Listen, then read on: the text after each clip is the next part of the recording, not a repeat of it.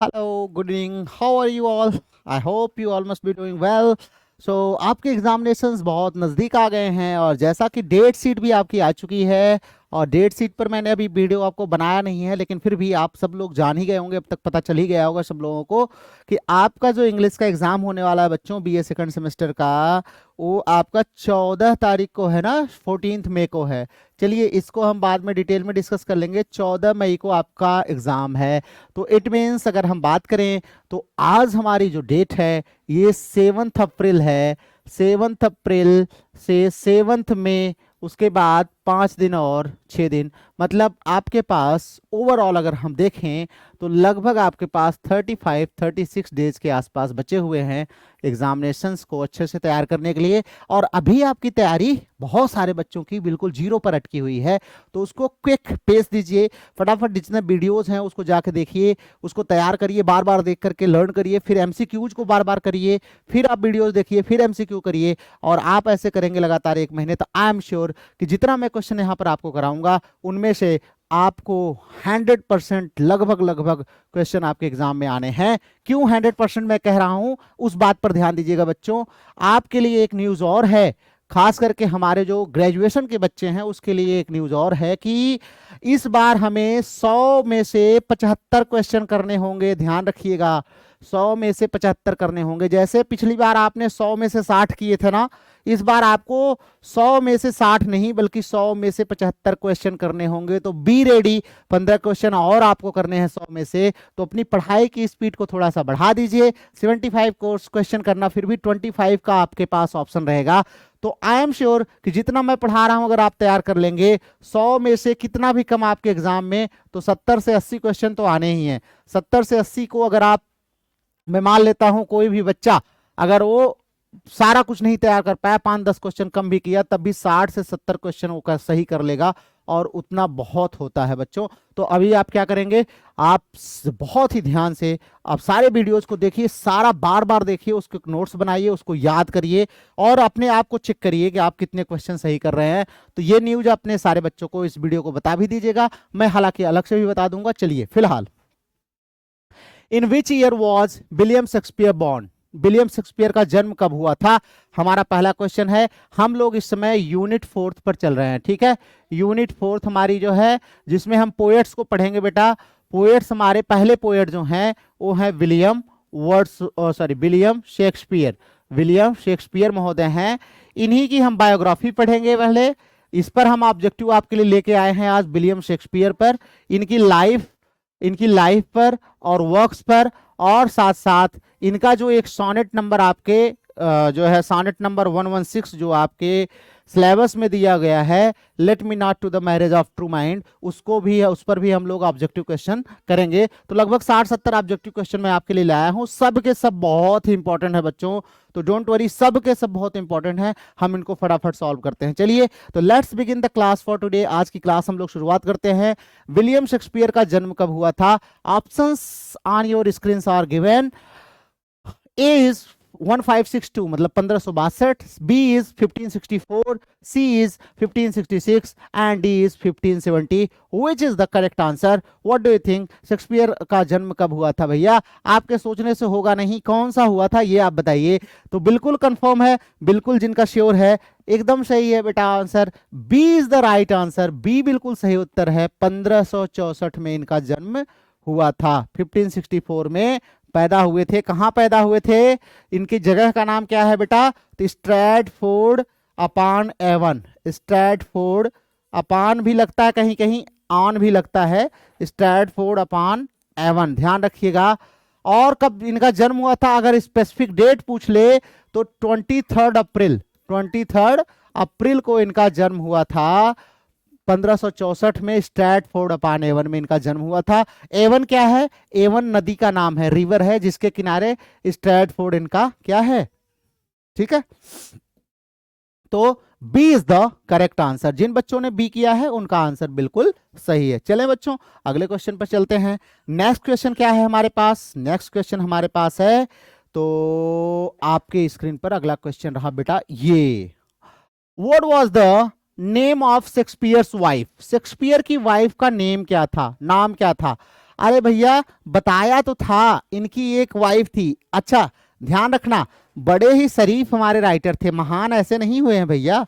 इन्होंने 2-3 शादियां करने से परहेज करी है, एक ही इनकी शादी हुई है, और वो शादी हुई किससे? बहुत ही एक प्यारी सी महिला थी, मात्र इनसे 8 साल बड़ी थी ना, बताया था क्लास में ना, केवल इनसे 8 साल बड़ी थी।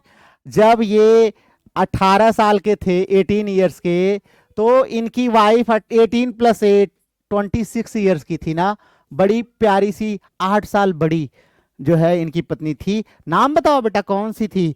मैरी आर्डन, सॉरी नहीं कहना चाहिए, मैरी आर्डन तो इनकी मदर का नाम है ना, तो ये तो ऑप्शन आपका हो गया गलत।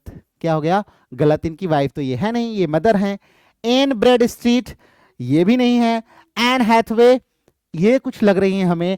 कैथरीन शेक्सपियर, ये भी नहीं है। तो इसका मतलब C is the right answer, Anne Hathaway. Anne Hathaway सारी कहानी बताया हूं क्लास में, जाके फिर से देखो वीडियो को, शेक्सपियर पर हमने बनाया हुआ है। तो एन हैथवे इनकी पत्नी थी, और इन लोगों की शादी कब हुई थी? 1582 में, 1582 में इनकी शादी हुई थी। जब ये कितने साल के थे? 18 साल के थे मात्र ना। ठीक है बेटा, चलें। Okay, now we have third question on our screen. Shakespeare had how many children? Shakespeare के कितने बच्चे थे भैया? बताओ फटाफट बताओ। आपको तो पता ही होना चाहिए शेक्सपियर के कितने बच्चे हैं। अब आप लोग कहेंगे कौन हमारे घर के थे, हमारे भतीजे थे, हमारे भाई हैं, जो हमें पता होगा। नहीं पता करना पड़ेगा ना, एग्जाम में आएगा, नंबर देंगे ये। क्यों? अब इनकी शादी हुई एन हैथवे से ना, एन हैथवे से इनकी शादी हुई। तो शादी में ये जब आए ना, इनकी पत्नी आई, तो आफ्टर 6 मंथ जो है, after 6 month of their marriage, she bore a child ना, एक बच्चे को जन्म दिया, जिसका नाम क्या था? सुजाना ना, सुजाना, सुजाना था। SUSANNA करके है, सुजाना, इसका जन्म हुआ। चलो, उसके बाद इनको 2 बच्चे हुए जुड़वा 1586 में। क्या क्या नाम था इनका? फटाफट बताओ। 1586 में की 85 में हुए थे। इनको 2 बच्चे हुए, एक का नाम था जुडिथ, जुडिथ जो बिटिया थी, इसकी शादी बाद में जो है डॉक्टर क्वीनी से हुई है। और एक कौन थे जुडिथ के साथ साथ? हैमनेट, इनके बेटे का नाम हैमनेट था ना। और बड़े दुख की बात है कि 1596 में मात्र 11 साल की एज में उसकी डेथ हो जाती है ना, इसकी डेथ हो जाती है, हैमनेट मर जाता है। तो 2 बच्चे इनको जुड़वा हुए थे, ये और एक ये, तो टोटल कितने हो गए? 3। तब भी बड़े शरीफ थे भैया, 3 बच्चे इनके हुए ना। हमारे 2 को लगभग फॉलो करते थे ना उस समय। तो डन ऑन देखिए तो दर्जन दर्जन बच्चे पैदा कर रहे थे ना, लेकिन इन्होंने 3 ही किया, तो बड़े अच्छे थे। वो भी एक तो इनका पता नहीं था कि नहीं था, उस पर भी कंफ्यूजन है। चलिए, 3 बच्चे थे, तो ये ध्यान रखना, 3 याद रखोगे ना। चलो, तो B is the right answer. जिन बच्चों ने बी किया था उनका आंसर बिल्कुल सही है। ठीक है, चले बच्चों आगे चलते हैं। आगे हमारे पास जो स्क्रीन पर हमारा क्वेश्चन आ गया है वो रहा ये, Which university did Shakespeare attend? Shakespeare किस यूनिवर्सिटी से पढ़े थे? बताओ मेरे बच्चों, फटाफट बताओ। सब लोगों को बताया हूं, शेक्सपियर बहुत बड़े पढ़ाकू थे ना, बहुत डिग्री थी उनके पास, बहुत पढ़ाई की थी उन्होंने, PhD क्या क्या उन्होंने किया था। बताओ किस यूनिवर्सिटी में पढ़े थे? कैम्ब्रिज में, ऑक्सफोर्ड में, वारविक में, या किसी में नहीं? बताओ भैया। अरे इतने महान राइटर, इतने बड़े ड्रामेटिस्ट, जिन्होंने 37 प्लेज लिखे हैं, 154 सॉनेट्स लिखे हैं, और साथ ही साथ क्या लिखा उन्होंने? साथ ही साथ उन्होंने क्या लिखा है? 154 सॉनेट्स के साथ साथ 2 नरेटिव पोएट्री भी लिखी है, 2 नरेटिव पोएट्री भी लिखी है ना। 2 क्या, वैसे 3 मानी जाती है, लेकिन 2 फेमस हैं, वीनस एंड एडोनिस और the rape of the Lucrece ना, काफी फेमस हैं। तो बेटा बताओ फटाफट किस यूनिवर्सिटी से पढ़े थे? हाँ बहुत सही, कुछ बच्चे कैम्ब्रिज सोच रहे हैं, कुछ वारविक सोच रहे हैं, कुछ लोग ऑक्सफोर्ड छोड़ रहे हैं। अरे भैया कहीं नहीं पढ़े थे। क्यों नहीं पढ़े थे? ये तो 4th क्लास तक ही पढ़े थे ना, केवल 4th स्टैंडर्ड तक।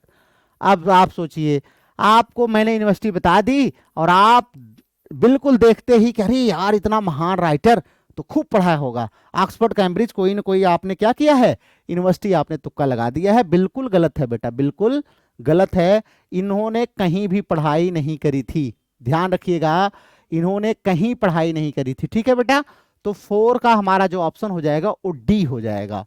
ठीक है, केवल एक छोटा सा प्राइमरी स्कूल होता है ना, ग्रामर स्कूल, वहां से इन्होंने पढ़ाई की थी, बाकी और कहीं से पढ़ाई नहीं की थी। चलो, तो नेक्स्ट क्वेश्चन हमारा जो अगला है, अगला क्वेश्चन जो हमारा है वो क्या है बेटा? अगला क्वेश्चन हमारा है where was Shakespeare born? Shakespeare का जन्म कहां हुआ था? शेक्सपियर का जन्म कहां हुआ था? टेल मी, शेक्सपियर का जन्म कहां हुआ था? Where was Shakespeare born? Options हैं, ऑप्शंस हैं London, Stratford upon Avon, Oxford, Warwick. फटाफट बताओ, फटाफट बताओ बेटा, आंसर फास्ट।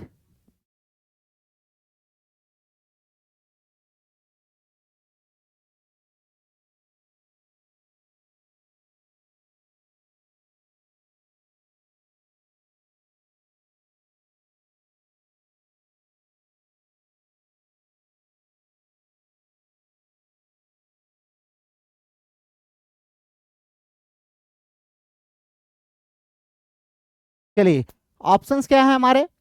तो लंदन है, स्ट्रैटफोर्ड अपॉन एवन है, ऑक्सफोर्ड है, वॉरविक है। फटाफट आंसर दीजिए। तो बिल्कुल अभी पीछे आपको बताया था, तो क्या है answer? B is the right answer, Stratford upon Avon. तो बी बिल्कुल ही हमारा सही उत्तर है। ठीक है बच्चों, बिल्कुल सही है ना? चलिए, अगला अब हमारा है बेटा क्वेश्चन नंबर 6। क्वेश्चन नंबर 6 आपके स्क्रीन पर रहा, ये question number 6, when did Shakespeare die? Shakespeare का हम आपको क्लास में पहले भी बता चुके हैं बेटा, हमेशा ध्यान रखो, हमें क्या करना है, हमें हमेशा कोई भी, जितने भी राइटर हमारे सिलेबस में दिए हुए हैं, सबका बर्थ का ईयर और डेथ का ईयर दोनों आपको याद रखना है। ठीक है, तो बर्थ का तो इनका हमने बता दिया 1564। अब इनका डेथ कब हुआ था? 12 में, 16 में, 20 में या 23 में? फटाफट बताइए कब हुआ था? तो बिल्कुल सही, इनका 1616 में डेथ हुई थी ना। अच्छा ध्यान रखना, 23 अप्रैल को इनकी डेथ भी हुई है, उसी दिन पैदा हुए हैं और उसी दिन इनकी डेथ भी हुई है, 23 अप्रैल 1616, 23 अप्रैल 1616।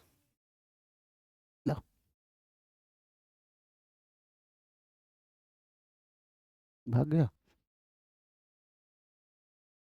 मक्खी आ गई है, पता नहीं कहां से मधुमक्खी। चलो कोई बात नहीं है। नाउ मूविंग अहेड, आगे चलते हैं बच्चों। Question number 7। Now I have to save myself. मधुमक्खी काट लेती हैं तो बहुत दर्द होता है ना बहुत सारे लोगों को, भाई मुझे तो होता है, एक बार हमें काट ली थी तो बहुत ज्यादा दर्द हुआ था ना। चलो आगे चलें बच्चों। What was the names of Shakespeare's acting company? Shakespeare के एक्टिंग कंपनी का क्या नाम था? शेक्सपियर के एक्टिंग कंपनी का क्या नाम था? ऑप्शंस लियो, भाग लियो। आंसर्स हैं आपके, the Lord Chamberlain's Men theatre, the King's Man, या both A and B, both A and B, and the Queen's Company. Answer बताइए बच्चों, फटाफट बताइए।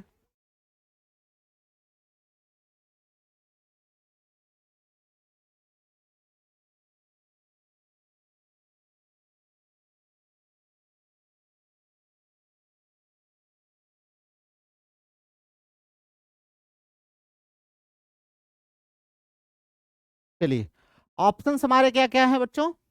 लॉर्ड चैम्बरलेन मेंस थिएटर है, शेक्सपियर्स द किंग्स मैन है, बोथ ए एंड बी। तो बिल्कुल दोनों में इन्होंने काम किया था, लॉर्ड चैम्बरलेन में इन्होंने काम किया था और द किंग्स मैन में भी ना, बोथ ए एंड बी में इन्होंने काम किया था। ध्यान रखिएगा, तो सी हमारा राइट ऑप्शन हो जाएगा ना।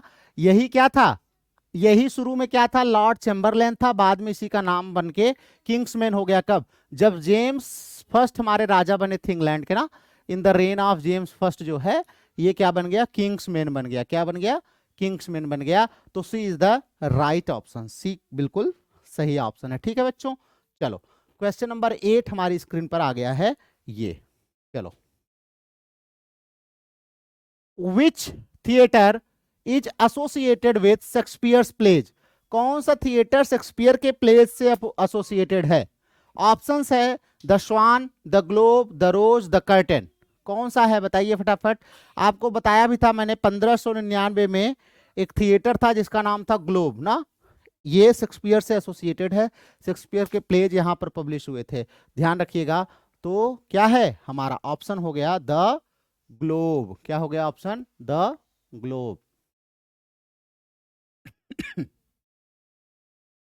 Now we have question number 9, हमारे पास क्वेश्चन नंबर 9 आ गया स्क्रीन पर, ये रहा।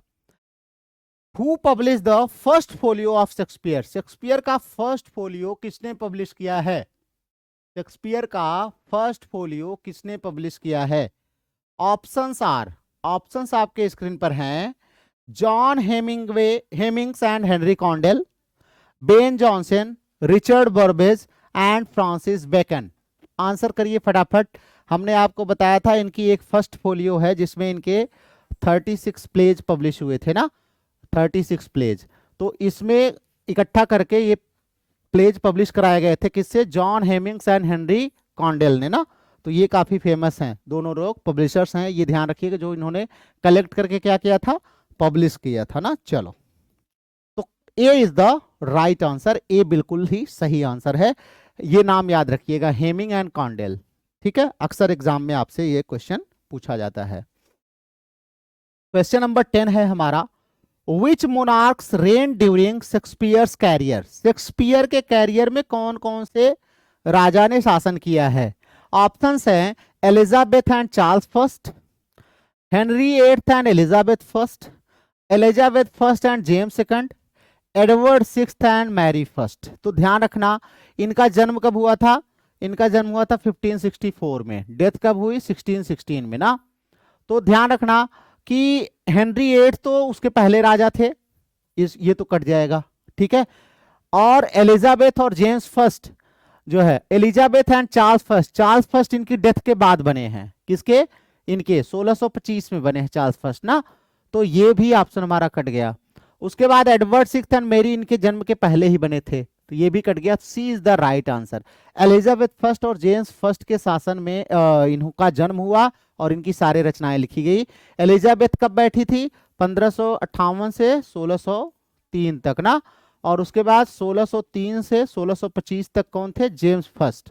तो यहाँ पे थी एलिजाबेथ, एलिजाबेथ क्वीन एलिजाबेथ और फर्स्ट, और यहाँ पे थे जेम्स फर्स्ट, जेम्स फर्स्ट ना। तो ये ध्यान रखिएगा, ये इन्हीं दोनों के शासन में इनका पूरा जीवन बीता है। तो सी हमारा बिल्कुल करेक्ट आंसर है, राइट आंसर इज सी। ठीक है बच्चों, चलो क्वेश्चन नंबर 11 पे चलते हैं डियर स्टूडेंट्स, आइए इसको देखते हैं। Who was Shakespeare's father, Shakespeare के पिताजी कौन थे, शेक्सपियर के पिताजी कौन थे, Richard Shakespeare, Henry Shakespeare, John Shakespeare या एडवर्ड शेक्सपियर। तो मम्मी पापा को याद रखिएगा भैया, इनके जॉन शेक्सपियर इनके पिताजी थे, और इनकी माताजी कौन थी, इनकी मदर का नाम था, सी वॉज मेरी आर्डेन, क्या नाम था, मेरी आर्डेन था। ठीक है, चलो तो हमारा बिल्कुल ऑप्शन आपका सी सही हो जाएगा। चलो अब आ जाइए, क्वेश्चन नंबर 12 आपके स्क्रीन पर रहा, ये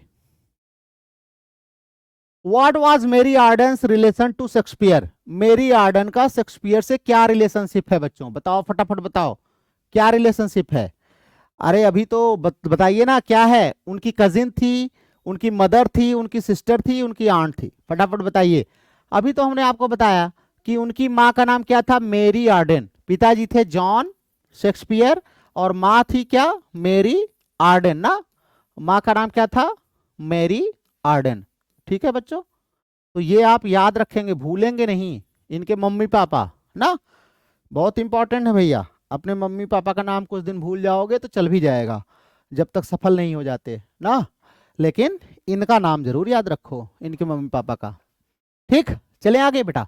what is the cause of Shakespeare's son Hamlet's death generally believe to be, अभी हमने आपको बताया कि इनके दो बेटे हुए थे, दो बच्चे हुए थे, एक का नाम था जुडिथ जो कि इनकी बिटिया थी, गर्ल चाइल्ड थी, और एक का नाम था हैमलेट जो कि बॉय चाइल्ड था ना। ये 1596 में इसकी डेथ हो जाती है, मात्र 11 साल का था और इसकी डेथ हो जाती है। तो यहां पर क्वेश्चन आपसे पूछ रहा है क्या उसको हुआ था जो इसकी डेथ हो गई, प्लेग फैला था उसमें डेथ हुई, वार हुआ था, या एक्सीडेंट या अननोन इलनेस। आपको पता है इंग्लैंड में 1593 से 96 के बीच में थिएटर बंद कर दिए गए थे। क्यों? क्योंकि प्लेग इंग्लैंड में फैला था बहुत तेजी से ना, तो थिएटर उस समय नहीं चलते थे, इसीलिए इसके बीच में आप देखेंगे शेक्सपियर बहुत ज्यादा प्लेज भी नहीं लिखे हैं। तो प्लेग आया था, A is the right answer. Plague आया था जिसकी वजह से क्या हुआ, शेक्सपियर के बेटे की भी उसमें डेथ हो गई। हालांकि ऑफिशियली इसका हमें प्रूफ नहीं मिलता है, लेकिन ऐसा माना जाता है। उस समय बहुत भयंकर जो है प्लेग आया था और उसमें बहुत लोग मरे थे और शेक्सपियर का बच्चा भी उसी में, उसकी भी डेथ हो गई थी ना। चलिए नेक्स्ट क्वेश्चन हमारा है, where is Shakespeare buried? Shakespeare को कहां बरी किया गया था? ऑप्शन है Westminster Abbey, Stratford church, the Globe theatre, London tower chapel. तो ग्लोब थिएटर में तो भाई बरी कर देंगे तो कैसे थिएटर आगे चलेगा, ये तो कट हो गया। वेस्टमिंस्टर एबे में तो इनको दफनाया नहीं गया था और लंदन में भी नहीं, तो B is the right answer. Actually इनकी खुद इच्छा थी, इन्होंने ये अपनी इच्छा जताई थी कि जब मेरी डेथ होगी ना तो मुझे कहीं बहुत खास जगह ले जा करके मत दफनाना, बल्कि स्ट्रैटफोर्ड में ही जो होली ट्रिनिटी चर्च है ना, जहां पर होली ट्रिनिटी चर्च, जहां पर इनका क्या हुआ था, बैप्टिज्म हुआ था। बैप्टिज्म जानते हो बेटा ना, नामकरण संस्कार इनका जिस चर्च में हुआ था ना, उसी के पास जो है, उसी का ये स्ट्रैटफोर्ड चर्च का ही जो ग्रेव यार्ड है ना, वहीं पर इनको दफनाया गया था। ठीक है, चला question number 15 on our screen is, हमारे स्क्रीन पर क्वेश्चन नंबर 15 रहा ये, what is written on Shakespeare's grave? Shakespeare के ग्रेव पर क्या लिखा गया है? शेक्सपियर के ग्रेव पर मतलब उनकी कब्र पर क्या लिखा गया है? ऑप्शंस, अ रोमांटिक पोएम लिखी गई है। Options, romantic poem. Second, a warning curse. Third, a dedication to Anne. Fourth, a quote from Hamlet. बताइए क्या लिखा गया था? अरे भाई रोमांटिक पोएम तो लिखा नहीं गया था, डेडिकेशन टू एन था नहीं, और कोट फ्रॉम हैमलेट था नहीं। इसमें एक कर्स लिखा गया था, वार्निंग दी गई थी। वार्निंग दी गई थी कि जो भी इस कब्र से हड्डियों को निकालेगा भगवान उसको श्राप देंगे, इसलिए, और जो इसको नहीं टच करेगा भगवान उसको आशीर्वाद देंगे। तो ये क्या था, ये कहीं ना कहीं उस समय जो प्यूरिटन का एक चल रहा था ना मैटर, हो सकता है उससे डर करके इन्होंने लिखा हो, क्योंकि प्यूरिटन लोग बड़े खतरनाक थे। चलो, how many plays are generally attributed to Shakespeare? फटाफट बताओ बच्चों, पहले ही क्वेश्चन में मैंने बताया था शेक्सपियर को माना जाता है कितने प्लेज उन्होंने लिखा है, 37, 38, 39, 40। शुरुआत में ही हमने बताया था कि इतने प्लेज, हमने आपको बताया था इतने number of plays, 154 sonnets, 154 sonnets, 3 narrative poems, 3 narrative poems, ये हमने आपको बताया है। और कुछ तो मान लो कोलैबोरेशन किया था, तो कितने प्लेज फटाफट बताओ। 38 नहीं, गलत है। 40 नहीं, गलत है। 37 बिल्कुल सही है। 39 गलत है। 37 प्लेज लिखा है, रट लेना, याद कर लेना, ठीक है। A is the right answer. Next question, which of the following is not a Shakespearean tragedy? कह रहे हैं इसमें कौन सी शेक्सपियरियन ट्रेजेडी नहीं। अब ये आपके लिए थोड़ा सा आपके लेवल पे बेटा टफ है, लेकिन ध्यान देना, हमने अगर आपको याद हो तो बताया हो कि इनकी 4 ग्रेट ट्रेजेडीज हैं, 4 ग्रेट ट्रेजेडीज, हम आपकी क्लास में इसको बताए हैं। शायद आप नहीं पढ़े होंगे, आपको नहीं याद होगा, लेकिन हमने आपको बताया था कि हैमलेट इनकी है, ओथेलो है इनकी, किंग लियर है, और इनकी है बेटा मैकबेथ। ये 4 जो है इनकी 4 ग्रेट ट्रेजेडीज कही जाती है ना। तो ध्यान रखना, यहां से 4 ग्रेट ट्रेजेडीज का ही ऑप्शन दिया हुआ है, हालांकि और इन्होंने प्ले लिखा है जो कि ट्रेजेडी है। तो मैकबेथ तो ट्रेजेडी है, ओथेलो भी ट्रेजेडी, हैमलेट भी ट्रेजेडी है, यही हमारा डी ट्रेजेडी नहीं है ना। तो इसका मतलब हमारा ये ऑप्शन सही हो जाएगा, क्योंकि ये क्वेश्चन क्या पूछ रहा है, कौन सा ट्रेजेडी नहीं है, तो D is the right answer. ठीक है बच्चों, चलो अगला आपके स्क्रीन पर क्वेश्चन है, which play is considered Shakespeare's longest? कौन सा प्ले शेक्सपियर का सबसे बड़ा प्ले माना जाता है? यह भी आपके लिए लगभग टफ क्वेश्चन होगा। हैमलेट लगभग ये 4000 से ज्यादा लाइंस में लिखी गई है, 4000 लाइंस में लगभग ये लिखी गई है। ध्यान रखेंगे ये छोटा है, ये सब छोटे हैं, इससे सबसे बड़ा इनका हैमलेट प्ले माना जाता है। ठीक है, ये आप शायद नहीं याद कर पाएंगे, लेकिन फिर भी कोशिश करिएगा आप याद कर लें ना। रट तो सकते ही हैं, कुछ क्वेश्चन तो रटने पड़ेंगे ना। हाँ, which is considered the Scottish play, कौन सा स्कॉटिश प्ले माना जाता है? तो ये किंग ऑफ स्कॉटलैंड रहते हैं ना, मैकबेथ को मानते हैं हम, वहां की हिस्ट्री से ये बेस्ड है, तो ये स्कॉटिश प्ले है। किंग लियर तो मान लीजिए ब्रिटिश प्ले ही है, और ये स्कॉटिश प्ले है केवल। एंटोनी क्लियोपेट्रा तो रोमन प्ले है ना, तो मैकबेथ जो है वो स्कॉटिश प्ले है।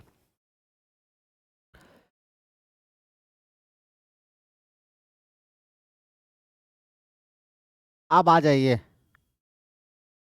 क्वेश्चन नंबर 20 पे हम लोग चलते हैं बच्चों। Which play contains the famous line to be or not to be, किस प्ले में फेमस लाइन आती है to be or not to be? अब ये भी आप लोगों के लिए बेटा टफ होगा, लेकिन रटना पड़ेगा। ये लाइन हैमलेट में आई है, कहाँ आई है? हैमलेट में आई है, तो B is the right answer. रट लीजिए, ये लाइन इतनी फेमस है कि आगे आप लिटरेचर के स्टूडेंट बनेंगे ना, तो आप ये लाइन रटे रहेंगे, हमेशा आपको याद रहेगी। To be or not to be, that is the question, whether it is nobler in mind to suffer the slings, ऐसे कुछ करके है लाइंस ना। चलिए, तो याद रखना बच्चों। हाँ, चलिए अगला क्वेश्चन है 21 नंबर हमारा। विच of these is a Shakespearean comedy, कह रहा है इसमें से शेक्सपियर की कॉमेडी कौन सी है? कोरियोलेनस है, मिडसमर नाइट ड्रीम है, टाइटस एंड्रोनिकस है, कि टीमन्स ऑफ एथेंस है? Which of these is a Shakespearean comedy, कौन सी ये शेक्सपियरियन की कॉमेडी है? तो बताइए कौन सी है? तो ये तो ट्रेजेडी है, ये टाइमन ऑफ एथेंस ट्रेजी कॉमेडी, ट्रेजी कॉमेडी। यही प्योर कॉमेडी हमारी कौन सी है? A mid summer night dream.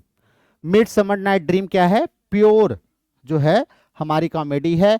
और ये तो ट्रेजेडी है, ये भी ट्रेजेडी है। टाइमन ऑफ एथेंस जो है ये भी ट्रेजेडी, ट्रेजी कॉमेडी के कैटेगरी में आती है। ठीक है, चलो क्वेश्चन नंबर 22 हमारे पास है 22। What is the genre of the Tempest, Tempest क्या है?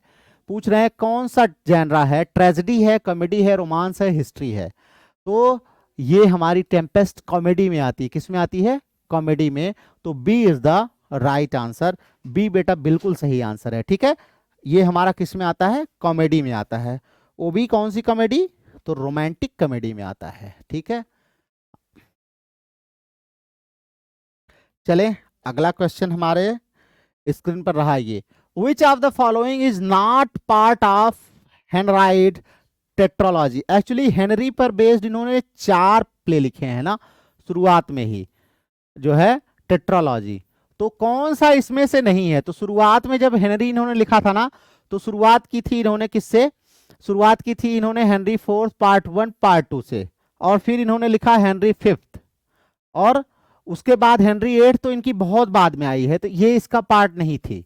ये थोड़ा सा आपके लिए टफ होगा। शुरुआत में हिस्ट्री प्ले इन्होंने लिखना शुरू किया ना, तो 3-4 हिस्ट्री प्ले साथ में लिखे, उनमें से हेनरी 8 नहीं था। हेनरी 8 तो हमारा आता है 1613 के आसपास, 1611-13 के आसपास ना, जहां इसके पब्लिकेशन के दौरान आग लग जाती है और ग्लोब थिएटर जल के राख हो जाता है।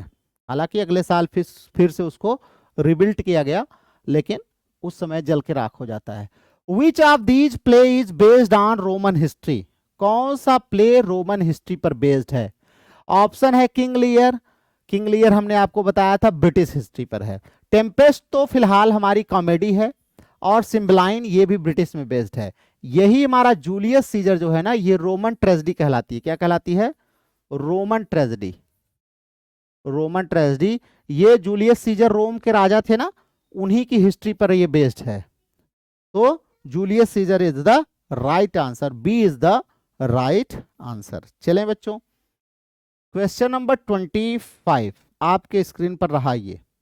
विच Shakespearean character is a Moor, Shakespeare का कौन सा एक कैरेक्टर जो कि मूर है, निग्रो है? तो साइलॉक नहीं, साइलॉक तो नहीं है, हैमलेट भी नहीं है, मैकबेथ नहीं। ओथेलो जो इनका कैरेक्टर है ना, ये मूर है, एक निग्रो है, इसी पर बेस्ड है इनकी स्टोरी। ओथेलो इनका प्ले का नाम भी है, ध्यान रखिएगा, प्ले का नाम ओथेलो है और उस कैरेक्टर का नाम भी ओथेलो है। क्वेश्चन नंबर 26 आपके स्क्रीन पर रहा ये। Which Shakespearean play features the character Prospero, किस शेक्सपियर के प्ले में करेक्टर प्रॉस्पिरो आता है? विंटर्स टेल में आता नहीं है, पेरिक्लिस में आता नहीं, ट्वेल्थ नाइट नहीं आता, टेम्पेस्ट में आता है। ध्यान रखिएगा, टेम्पेस्ट का जो है बहुत ही मेन करेक्टर है, ध्यान रखिएगा, बहुत ही इंपॉर्टेंट करेक्टर है। तो ये आप लर्न कर लीजिएगा, इसको बार बार देखेंगे ना वीडियो को तो आपको लर्न हो जाएगा, ठीक है। Which female character disguises herself as a man in the 12th night? तो ये भी आपके लिए बहुत टफ है, फिलहाल आपको मैं आंसर डायरेक्ट बता दे रहा हूं, वायला।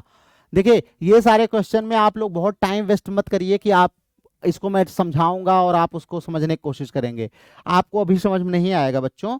अभी आपको क्या करना है, सिर्फ रट लेना है सिंपली ना, बाद में हालांकि जब आप बड़े होंगे तो इसमें बहुत सारे हमारे चैनल पे वीडियोज रहेंगे, ये पूरा प्ले भी रहेगा, 12th नाइट प्ले है ना इनका, 12th नाइट, ये पूरे प्ले की स्टोरी भी यहाँ पर आपको मिलेगी, सारा करेक्टर भी आपको मिलेगा।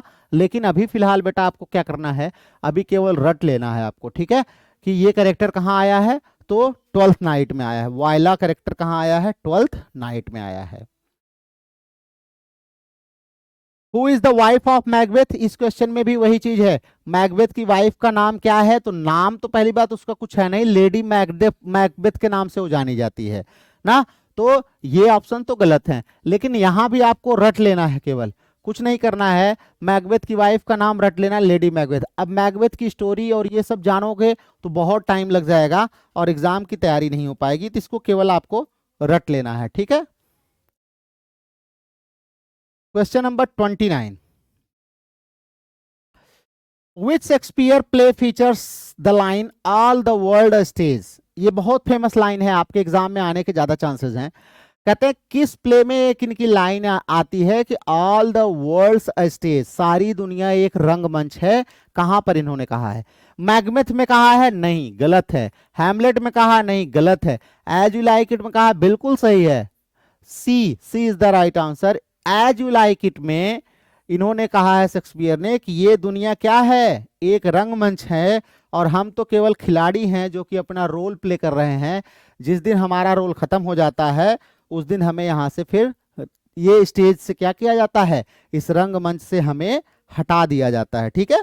We are here, we are playing our part, हम अपने पार्ट को प्ले कर रहे हैं, and once the role is over, हाँ, वी हैव टू गो, और हमें जाना पड़ता है। Which play ends with a double wedding? तो ये भी आप याद कर लीजिए, केवल मच अडू अबाउट नथिंग। ये थोड़े से टफ क्वेश्चन आपके लेवल पे मैं कहूंगा, लेकिन बेटा रट लो, एग्जाम में आ जाएगा तो आपकी हेल्प हो जाएगी ना। चलो अब यहां से थोड़े से इजी क्वेश्चन आपको आ जाएंगे। ये क्वेश्चन सब कोई, हर बच्चा हमारा जानता है। How many sonnets did Shakespeare right? Shakespeare ने कितने सॉनेट लिखे हैं बेटा? 100 सॉनेट लिखे? नहीं। 124? नहीं। 170? नहीं। कितने सॉनेट लिखे हैं? 154। मैं आपको बता चुका हूं, 3 पार्ट में ये बटा भी है ना इनका सॉनेट, 3 पार्ट में। 1 से 126 तक किसको लिखा है? WH को ना, WH। 127 से 152 तक किसको लिखा है? Dark lady. किसको डेडिकेट किया है? डार्क लेडी को। और 153 से 154 किसको है? गॉड ऑफ लव ना, प्रेम के जो देवता हैं कॉमर्स, उनको डेडिकेट किया है ना, तो ये ध्यान रखना। 154 इज द राइट आंसर। चले क्वेश्चन नंबर 32, आगे चलते हैं बच्चों। ये भी हमारे सारे बच्चे जानते होंगे। What is the rhyme scheme of a Shakespearean sonnet? Shakespearean sonnet का राइम स्कीम क्या होता है? ऑप्शंस हैं A B C D E F G। दूसरा ऑप्शन है A C D E F G। तीसरा है A C D E F G। चौथा है A B C D E। फटाफट मेरे बच्चे बताएंगे कौन सा ऑप्शन आपको लगता है सही है।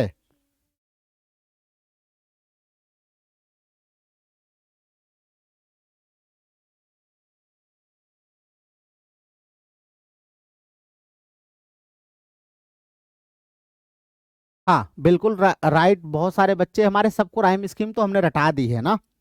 A is the right answer. हमारा जो शेक्सपियरियन सॉनेट होता है ना, जिसको हम इंग्लिश सॉनेट भी कहते हैं, क्या बोलते हैं? English sonnet. इंग्लिश सॉनेट को हम शेक्सपियरियन सॉनेट के नाम से भी जानते हैं, ठीक है। तो ये ध्यान रखिएगा, इसकी राइम स्कीम क्या होती है, हमने आपको बताया है, पहला क्वार्टेन की ए बी होती है, फिर अब ए बी में से कोई रिपीट नहीं होगा, अगले क्वार्टेन की होगी सी डी, अब ये भी रिपीट नहीं होगा, फिर अगला होगा ई एफ, हाँ, फिर ये भी रिपीट नहीं होगा, आगे राइमिंग कपलेट लेकिन होता है, ध्यान रखिएगा, जी एच नहीं होगा, लास्ट की दो लाइन एक जैसी रहेगी, इसी को बोलते हैं राइमिंग कपलेट। क्या बोलते हैं, राइम्ड कपलेट, राइम्ड कपलेट होता है। तो 3 क्वार्टेन होता है, एक क्वार्टेन ये 4 लाइन, एक क्वार्टेन ये 4 लाइन, एक क्वार्टेन, तो 3 क्वार्टेन और एक कपलेट से मिलाकर हमारा बनता है शेक्सपियरियन सोनेट। ठीक है बच्चों, आगे चलें।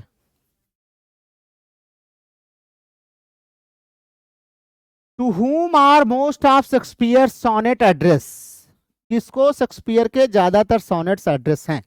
Options are a dark lady, a fair youth, his wife, Queen Elizabeth. Option बताइए, फटाफट बताइए, ज्यादातर सोनेट किसको डेडिकेटेड हैं? भाई ज्यादातर सोनेट इनके मित्र जो है ना WH, जिनको हम फेयर यूथ कहते हैं, अ फेयर यूथ WH, इनको डेडिकेटेड है। कितने, 1 से लेकर 126 तक।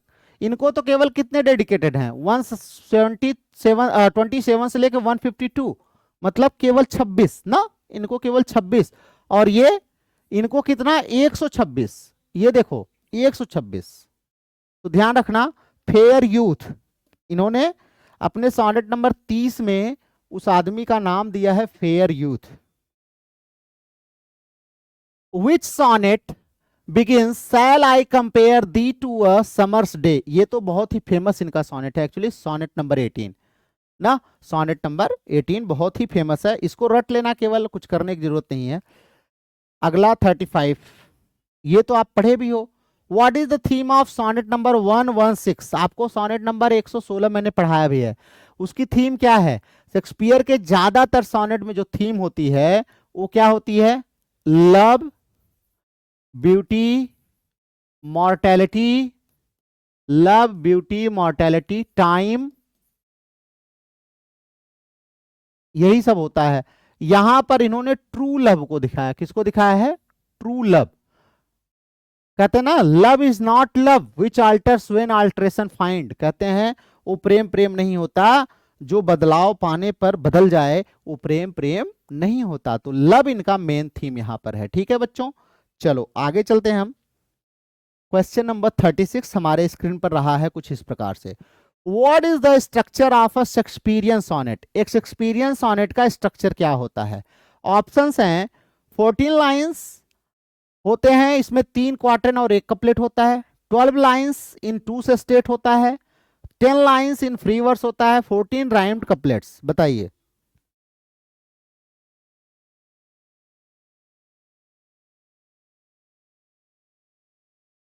बताओ बच्चों।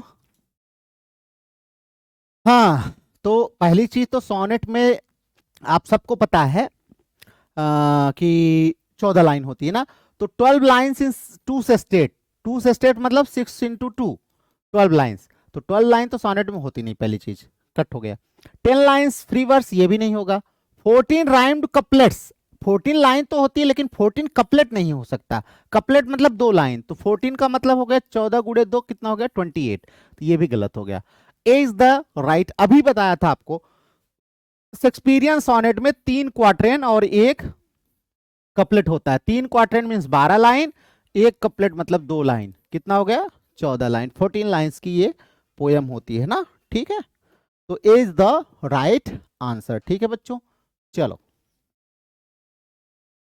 Now we have the next, which sonnet deals with the theme love is not love which alters when it alteration find। अरे भैया अभी तो बताया आपको, इनका सोनेट नंबर 116 कहता है वह प्रेम प्रेम नहीं होता जो बदलाव पाने पर बदल जाता है। Love is not love which altars when it alteration finds, वह प्रेम प्रेम नहीं होता जो बदलाव आने पर क्या हो जाए, बदल जाए, वह प्रेम प्रेम नहीं होता है। ये किसमें सोनेट में कहा है? सोनेट नंबर 116 में।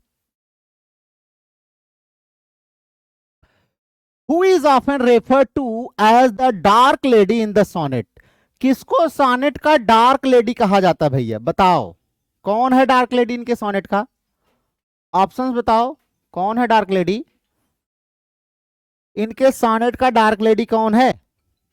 बिल्कुल सही है, एक अननेम्ड लेडी है ना, लेकिन उसका माना जाता है कि नाम शायद एक मैरी फिटॉन थी, इनकी गर्लफ्रेंड, सो कॉल्ड गर्लफ्रेंड माना जाता है मैरी फिटॉन, शायद वही होंगी डार्क लेडी। ध्यान रखिएगा, अक्सर एग्जाम में आता है ये मैरी फिटॉन जो है, माना जाता है शायद वही जो है। बहुत सारे स्कॉलर्स का हमारे ये मानना है कि मैरी फिटॉन ज्यादा सुटेबल है डार्क लेडी के लिए। क्वीन एलिजाबेथ से तो इनका कोई लेना देना नहीं था फिलहाल, और एन हैथवे तो हो ही नहीं सकती डार्क लेडी ना। नेक्स्ट है, which sonnet contains satire on false comparisons in beauty. कह रहे हैं कि कौन सा सोनेट सटायर है जब सुंदरता को गलत तरीके से कंपेयर किया गया है। तो सोनेट नंबर 130, यहां पर डार्क लेडी के ऊपर कमेंट इन्होंने किया है, ठीक है, कि मैं सुंदर नहीं हूं तो मुझे छोड़ दिया ना। चलो,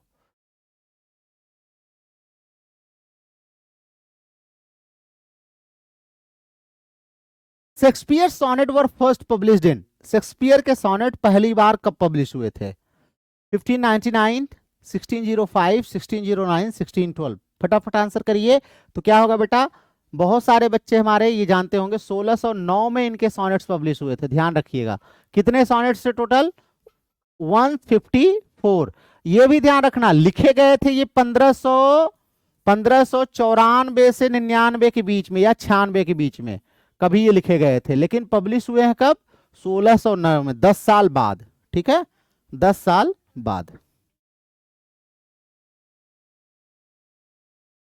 क्वेश्चन नंबर 41 हमारे स्क्रीन पर रहा है कुछ इस प्रकार से, in which year was the first folio published. पहला फोलियो किस ईयर में पब्लिश हुआ था? इनके प्लेज का, फोलियो मतलब इनका प्लेज, एक्चुअली इनके 36 प्लेज जो है वो Heminges and Condell, Heminges and Condell नाम के दो लोगों ने मिलकर के इकट्ठा किया था और पब्लिश किया था। तो वही पूछ रहे हैं वो कौन सा ईयर था। पीछे ये मिला है क्वेश्चन में ही, एक दूसरा क्वेश्चन होता है, मैं कई बार आपसे कह चुका हूं। तो 1623 में इन दोनों ने मिलकर के शेक्सपियर के 36 प्लेज को पब्लिश किया। ठीक है, वो कहलाता है फर्स्ट फोलियो, फोलियो फॉर्म में आया था। किस में आया था? फोलियो फॉर्म में। नेक्स्ट हमारा है, which of these is called a problem play. इनमें से कौन सा प्रॉब्लम प्ले है? Measure for Measure, Othello, Richard third, Macbeth. पहली चीज तो ये सब की सब ट्रेजेडी हैं, यही हमारा प्रॉब्लम प्ले है। Measure for Measure, problem play, या इसको डार्क कॉमेडी भी हम कहते हैं, सोशल प्ले भी थोड़ा बहुत इसको कहा जाता है ना। तो ये ध्यान रखिएगा, ट्रेजी कॉमेडी होता है इसमें। तो ए हमारा राइट आंसर है, Measure for Measure. Which of the following is not a source of Shakespeare's plays. कह रहे हैं शेक्सपियर ने अपने प्ले लिखने के लिए किसको फॉलो नहीं किया है? प्लूटार्क की लाइफ को तो फॉलो किया है इन्होंने, हॉलिनसेट क्रॉनिकल को भी फॉलो किया है, चौसर की कंटरबरी टेल से भी ये प्रभावित थे, केवल बाइबल का यूज इन्होंने नहीं किया है। ये बड़े ही चालाक राइटर थे ना, कभी बाइबल वाइबल का यूज करके इन सब पचड़े में नहीं पड़े हैं, ध्यान रखिएगा। नेक्स्ट हमारा है, which critic called Shakespeare not of an age but for all time. Ben Jonson ने शेक्सपियर को कहा है कि ये केवल हमारे एज के नहीं है भैया, बल्कि हर एक एज के हैं। किसी भी एज में आप शेक्सपियर को पढ़ेंगे तो लगेगा कि ये तो हमारे एज की ही बात कर रहे हैं। तो शेक्सपियर कहते हैं not for my age, our age, but for all ages ना, सारे एजेस के हैं। चलो, which play includes the line the quality of mercy is not strained. ये भी आप नहीं जानते होंगे, द मर्चेंट ऑफ वेनिस। पहले 12th में ये प्ले पढ़ाया जाता था, मर्चेंट ऑफ वेनिस ना। तो मर्चेंट ऑफ वेनिस में एक करेक्टर है जिसका नाम है पोर्सिया, पोर्सिया। ठीक है, पोर्सिया जो है ये स्टेटमेंट बोलती है the quality of mercy is not strained, वहां पर कोर्ट में जाकर के बोलती है, ये ध्यान रखिएगा। चलो, now we have question number 46, who is the heroine of the Merchant of Venice. अभी हमने आपको बता दिया पोर्सिया उसकी हीरोइन है। ठीक है, रोजालैंड किसकी हीरोइन है? एज यू लाइक इट की। किसकी हीरोइन है? एज यू लाइक इट की हीरोइन है। ठीक है, वायला किसकी है? 12th नाइट की है। किसकी है? ट्वेल्थ नाइट की है। और डेस्डेमोना किसकी है? डेस्डेमोना ओथेलो की।